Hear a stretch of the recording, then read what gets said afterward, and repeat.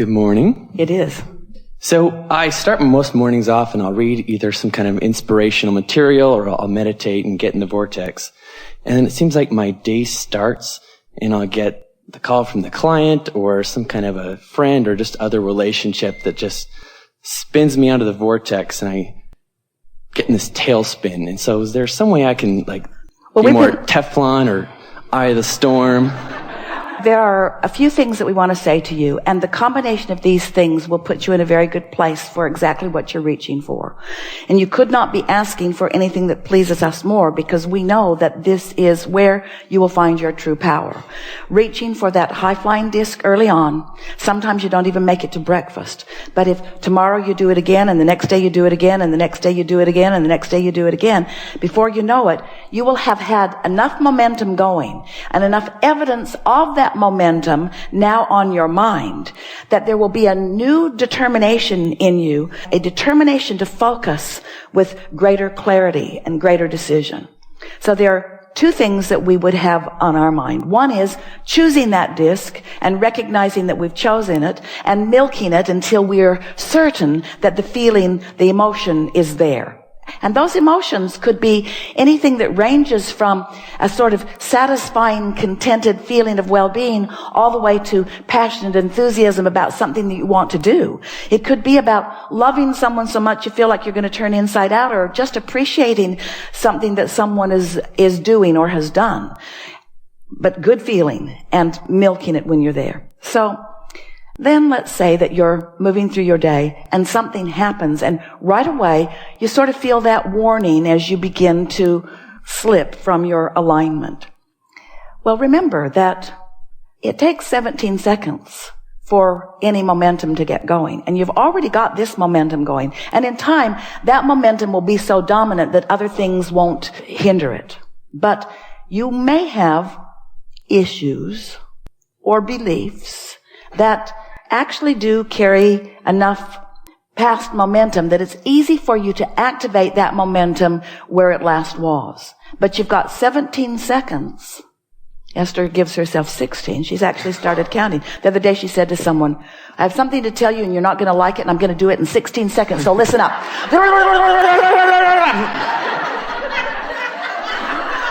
Actually, it's not what we recommend. But we do like that she is aware that she has a 16-second leeway to make the decision about whether she prefers this or whether she's willing to go someplace else. And after a while, you just get sort of determined that you're not willing to go someplace else. You find yourself picking your friends differently. You find yourself picking the things that you think about differently. Esther, every now and again, will find a thought that was a pretty strong thought, is a thought that has been easy for her to go there, but it never feels good, and it always gets worse and worse and worse. And now when that thought begins, she goes, oh no, not you. Not you. Now, in the not you, she's still on the thought, but she is making the determination. I'm choosing this, not that. I'm choosing this, not that. I'm choosing this, not that. It just is a matter of caring about the way you feel, you see. Humans, we love you so much, but often you say, all right, I'll learn this stuff and I'll pay the price of happiness if it will get me what I want. And we say, everything that you think you want, no matter what it is because you think you will feel good in the having of it. And once you show yourself that you have the ability, not instantly, but eventually, maybe not today, but within 30 days, once you show yourself that you can pick the disc and you can get the momentum going, and then once you watch the universe yielding to you in perfect reflection of the disc that you have chosen, you begin to feel invincible. You begin to feel like the most important thing in the world is to choose the disc. You begin to be aware. You begin to maybe choose more solitude at the beginning of your day, which isn't easy if you wake up in a house full of people. But you could lie there quietly and pretend that you're asleep just for a little while, couldn't you? Or wake up earlier before they do. In other words, you have the ability to get off on the right vibrational foot. And when you do, the payoff will be huge for you. You'll see. Helpful? Great. The other thing that we've been talking about recently, and it's a new analogy that if you've been listening to us, you've heard already, but it's a good one. And that is, We've been talking about the creative process is 3 steps. Step 1 is contrast helps you to ask. It just does it all day, every day. You can't stop asking. Step 2 is law of attraction and source, and all of those non-physical fairies of the universe are lining up the circumstances and events, providing for you through the path of least resistance what you want. Your work is to find the vibrational place that allows it. That's what step 3 is. So most of what we talk about in these gatherings is about finding that step 3.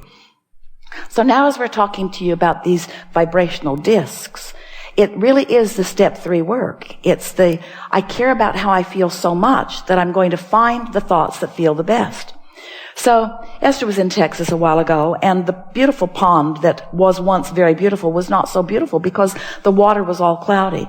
And so they replaced the pump, they replaced the filter, they put clarifying stuff in the water, but the water remained cloudy. You couldn't even see the fish. So then it was determined that the water was being drawn from the pond into the filter. We make the analogy of that being like step 1, see asking. And the filter is doing its work. That's step 2. That's what source is doing and law of attraction is doing. And then putting it back in the pond. But the pipes going back into the pond were clogged, tightly clogged, with this very stubborn Texas caliche soil. It actually was compacted just like concrete. Nothing was getting back into the pond. It had happened over a period of time, and the pond was getting increasingly cloudy, increasingly not clear. And so they just laid some new pipes on top of the ground to test the theory that that's really what it was. And of course the pond began clearing up right away. And so we want to say to you, you've probably got some clogged pipes. And you spend a lot of time trying to chisel it out. The nice men came, they were chiseling with rods and plumber's snakes. Nothing would release that caliche soil. Nothing would release it. And in a similar way, you have beliefs that it's just not worth the trouble of trying to dig up the pipes and dig out the stuff. It's so easy to lay new pipes. And those pipes are just your beliefs. A belief is just a thought you keep thinking. And a belief or a thought that you keep thinking is just momentum that you've got going. So without even knowing it, you've got habitual discs that you hang around on. Jerry, when he first met us, said, I have a wonderful idea for an incarceration system in our nation. I think that there should be islands of badness. And the murderers all go to one island and do it to each other. And the rapers all go to one island and do it to each other. And the thieves all go to one island, just keep taking stuff from each other. He thought it was the perfect plan. And we said, you already have those islands. And now we are wanting you to see them as these spinning, attractive, grid, disc points of attraction. It's what's going on all the time, you see. So when someone like you says, oh, I care about feeling good, and I reach for what does feel good, and I focus on what does feel good, and I often find it, and then I see what looks like magic to other people of my point of attraction, just sweeping out into my environment and bringing back to me. The people that are around you, as you go through a day and you find people that are ornery, you gotta ask, how'd they get on your disc? Oh yeah, I'm on the ornery disc. I'm at the ornery meeting today. Sending out an announcement to everyone as I leave the garage. I've ripped my windshield wiper off the back of my car, and that's just how I feel, all right? You have this point of attraction, and awareness of it is empowering. What now? That's it. Thank you. So you wake up and you're on that high-flying disc, or pretty much. You feel pretty good. And then what happens? Like Esther's phone, my phone blows up. I get an angry client or a friend calls with troubles of the world. I don't know. The phone blows up. Phone blows up. Means too much comes all at once. Too much for you to deal with. So you feel time shortageness. Yes. So what do you think you can do? And we really want you to think about this. What do you think you could do in 16 seconds about the subject of time shortageness. You're on this high-flying disc, and if you are, and we believe that you were, if you were really on that high-flying disc, Esther will not convince us that she was on a high-flying disc when she ripped the windshield wiper off her car. She will not convince us of that. She wasn't on a low-flying disc. It wasn't a terrible thing, but it was proportionate to the overwhelm that she was feeling. So if you really are on that high-flying disc, what kinds of things would be inspired for you to think or say that would allow you to maintain that momentum? My phone's blowing up. This is a good thing. I'm popular. My phone's blowing up, which is a good thing, which means I've got it going on. You tell us. What could you say that could keep you under those conditions? Because you haven't fallen out of the airplane. You're standing at the door of it, but you've got time. What are you going to do? What are you going to do to stay there? Just find a different way to look at it. Lay some new pipes. Lay some new pipes about that right now. So what we're suggesting is, you can lay new pipes really well from that high-flying disc. That's the time you want to lay the pipes, not when the windshield wiper is dangling in the back. That's not the time to lay new pipes. That's just going to keep that momentum going. That's really the time to lay the new pipes. All kinds of things will happen, and you'll be aware of the beliefs that you have that make you want to lay some new pipes. But what might you do to lay some new pipes right then and there? What could you say? I appreciate the new business coming in, the business that I have. Yeah. The Make people us that believe care about that. me. Make us believe that you're still on that disc. Man, oh man, life is good. I got it going on. I'm a mover and a shaker. Things are really working out for me. This is all a good indicator. When my phone stops ringing, that's when I should worry. This is a good thing. I'm capable. I'm really good at this. I'm really good at organizing. I'm really good at all of this and getting better all the time. Everything's always working out for me. Things are always working out for me. Whatever I need, the resources are there for me. All is well. Things are really good.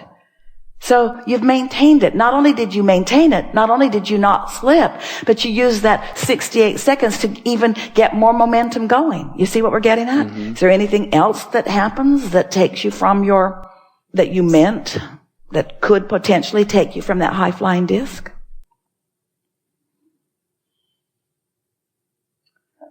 I don't think so. Not that I can come up with right now. Someone walks in with an issue that they always have. Oh, that. Oh, yeah, that. Someone walks in with an issue that they always have. So what does that mean? For just a moment, some old momentum is starting to enter the picture. But what are you going to do? In other words, you got 16 seconds to figure it out. Do you have time to lay some new pipes about that person? So if it's someone that's not familiar with this work or even open to it, doesn't make any difference. Doesn't make any difference. So I because just focus on me and laying those pipes, and maybe they can. Or on finding a way, if there's somebody that's in your life a lot, that almost every time you come into interaction with them, it takes you from your high-flying disc, and you know how that feels. It makes you really resent them, doesn't it? You get, so their name is synonymous with but they're not going to evaporate from the planet. They're not even going to stop calling you. Because that momentum is going. Maybe there are familiar ties. There are all kinds of reasons that they may be there. You have to find a way to focus on them and stay there. That's the work. Or never focus on them again, which is unlikely because they've got your number in more ways than one. So you've got to find a way. You've got to find a way to stay there while you think about them, which is the definition of laying new pipes, isn't it? You've got to find some way of thinking about them differently, giving them the benefit of the doubt. They don't really understand this stuff. I do. They've got some momentum going, and the law of attraction is carrying them away in it. And maybe in time they'll come to know what I know. But for now, I think I'll give them a break because they don't understand how this stuff works. And I don't have to join them in that despair. It's possible for me to stay here even when someone else is not there. It's not my job to bring them up. I would like to bring them up, but here's the thing. I'm making this statement to the universe. I want to uplift you, and if you're upliftable, come on up and we'll play together, but I'm not going down there where you are and trying to drag you up. That's the thing that you want to know about.